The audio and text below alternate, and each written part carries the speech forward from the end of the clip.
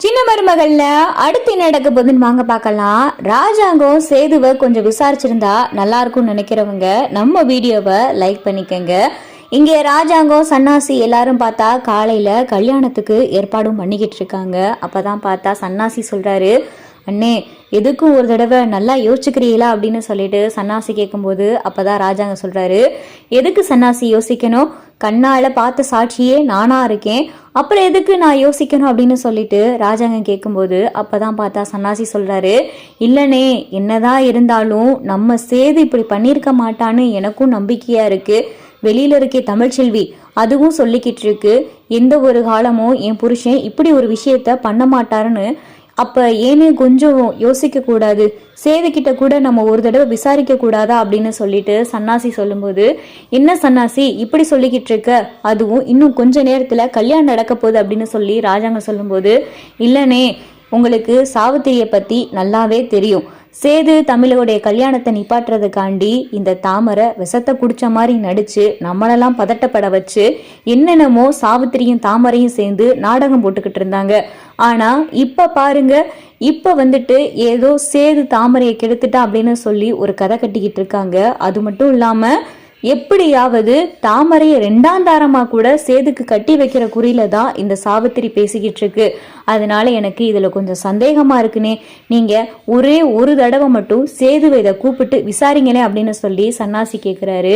என்ன சன்னாசி சொல்லிக்கிட்டு இருக்கு அப்படின்னு சொல்லி ராஜாங்க சொல்லும்போது, எனக்காக ஒரே ஒரு தடவை மட்டும் கடைசியா ஒரு வாய்ப்பு கொடுக்கற மாதிரி சேது கிட்ட இதை பத்தி விசாரிங்கனே அப்படின்னு சொல்லி சன்னாசி சொல்லும்போது அப்பதான் ராஜாங்கம், சரி சன்னாசி நீ போய் சேதுவை கூட்டிட்டு அப்படின்னு சொல்லி ராஜாங்கமும் சொல்றாரு.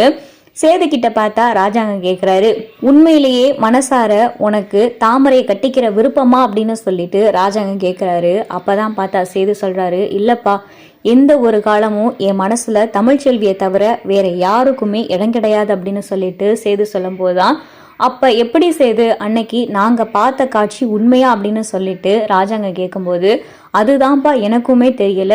அன்னைக்கு நைட்டு நானும் கருப்பு மாமாவும் தண்ணி அடிச்சுட்டு ரூமுக்கு போய் நான் படுத்துட்டேன். அதுக்கப்புறம் 12 மணிக்கு மேல தாமரை தான் கேக் எடுத்துட்டு வந்துட்டு எனக்கு பிறந்த நாள் கேக்கெல்லாம் வெட்டணும் அப்படின்னு சொன்னான். நான் அப்ப கூட கேக்கெல்லாம் எதுக்கு அப்படின்னு சொல்லிக்கிட்டு இருந்தேன். அவளை ரூம்ல இருந்து வெளியே போக சொன்னேன். கேக் கட் பண்ணதுக்கு அப்புறமா கூட நான் ரூம்ல இருந்து வெளியே போக சொன்னேன். அதுக்கப்புறம் கொஞ்ச நேரம் நான் பேசிட்டு போறேன் அப்படின்னு சொல்லிட்டு தாமரை தான் சொல்லிக்கிட்டு இருந்தா. என்னைய பத்தியும் தமிழ்ச்செல்வியை பத்தியும் ரொம்ப நேரம் பேசிக்கிட்டு இருந்தா. அவ அந்த கேக்கு எனக்கு ஊட்டி விடும் போது எனக்கு ஒரு மாதிரியா இருந்துச்சு, மயக்க வர மாதிரி எல்லாம் இருந்துச்சு. அந்த கேக்கை சாப்பிட்டதுக்கு அப்புறம் எனக்கு என்ன நடந்துச்சுன்னே தெரியலப்பா அப்படின்னு சொல்லி சேது சொல்றாரு.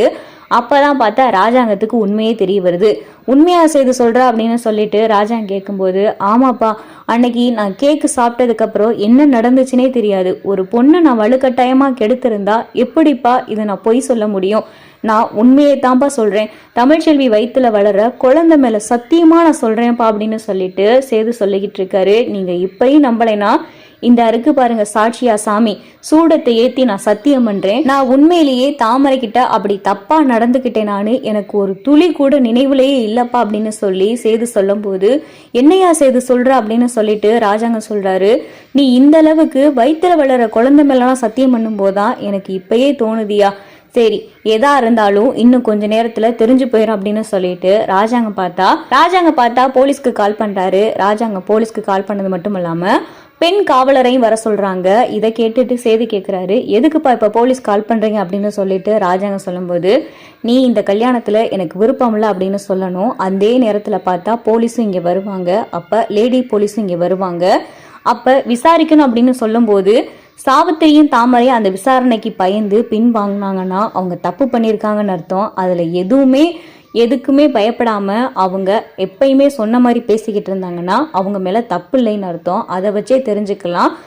தாமரைய அதே மாதிரி மருத்துவ முறையா சோதனை பண்ணணும் அப்படின்னு சொல்லிட்டு அந்த லேடி போலீஸ் சொல்லி, அப்ப அதுக்கு தாமரை ஒத்துக்கிறாம இருந்தாலும் நம்ம சந்தேகிக்கவே வேணாம் அப்படின்னு சொல்லி ராஜாங்க பார்த்தா சேதுக்கு ஆதரவா பேச ஆரம்பிக்கிறாரு.